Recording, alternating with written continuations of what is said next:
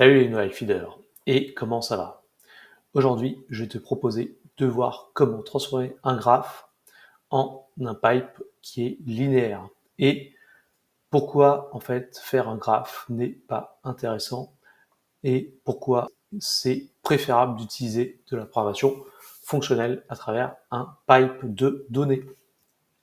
Alors, pour t'expliquer la chose, eh bien, le mieux, c'est de regarder directement ce schéma.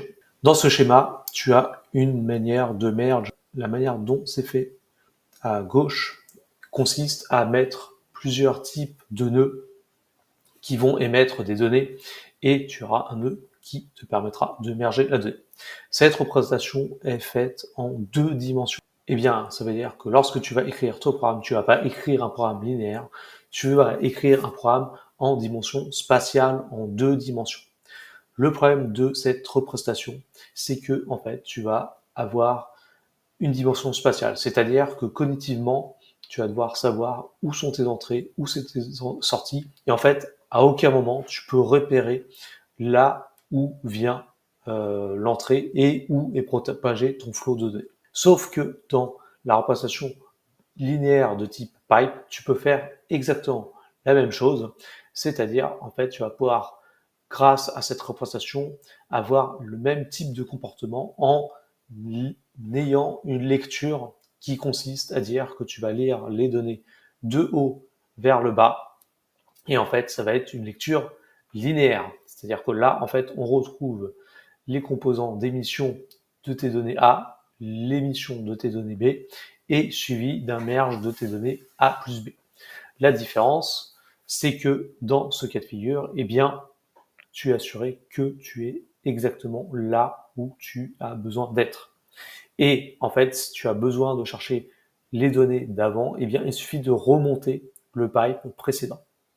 Et en fait, ce type de lecture est beaucoup plus naturel puisque, en fait, tu vas te concentrer sur l'écriture de tes pipes.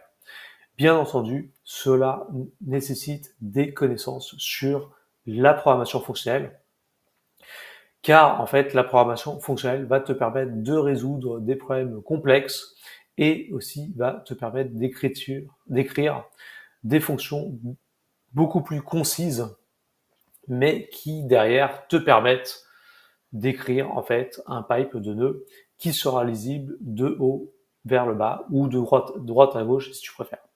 Dans un graphe de type nœud, eh bien, tu n'as pas cette possibilité. L'intérêt d'écrire un graphe de nœuds, c'est que tu vas pouvoir écrire rapidement une solution qui va convenir.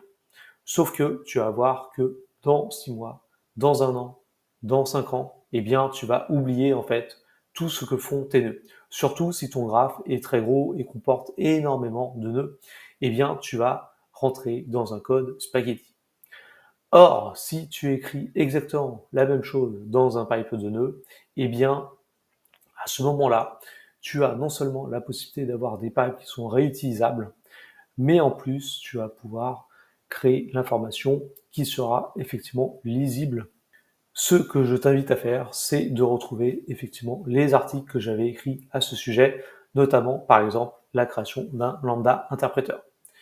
Le lambda interpréteur en lui-même te permettrait pas de voir comment tu peux créer tes propres pipes, mais par contre, il te permet de voir un petit peu la théorie qui se base derrière et la théorie propre au lambda calculus et appliquée en PHP.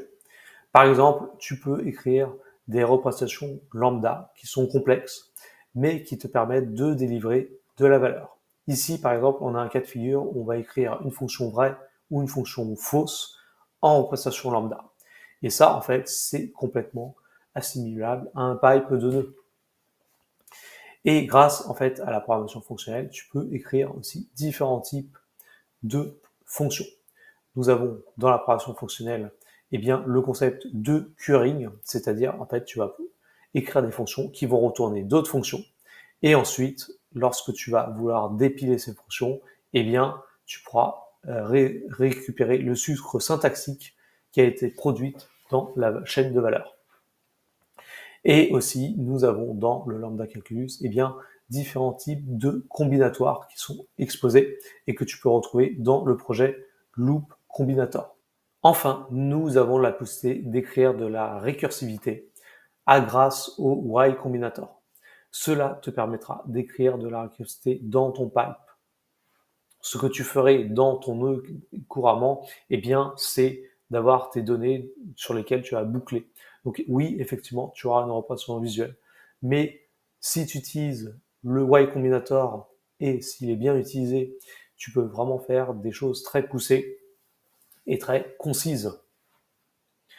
Donc, si tu connais pas le Y Combinator, je t'invite à regarder cette présentation que j'avais faite à l'époque sur le Y Combinator qui te permet d'écrire effectivement des fonctions récursives sans avoir à mettre en place un graphe de nœuds. Mais ici, tu auras exactement un pipe de nœuds. Ce qui fait qu'aujourd'hui, en conclusion, aujourd'hui, n'écris plus des graphes de nœuds, écris des pipes de nœuds. Et tu verras que en pratiquant, c'est beaucoup plus compliqué à mettre en place, mais tu seras beaucoup plus concis dans ton écriture. Si tu as aimé cette vidéo, eh bien, je t'encourage à liker cette vidéo. Évidemment, tu peux partager et bien sûr, moi, je te dis à la semaine prochaine.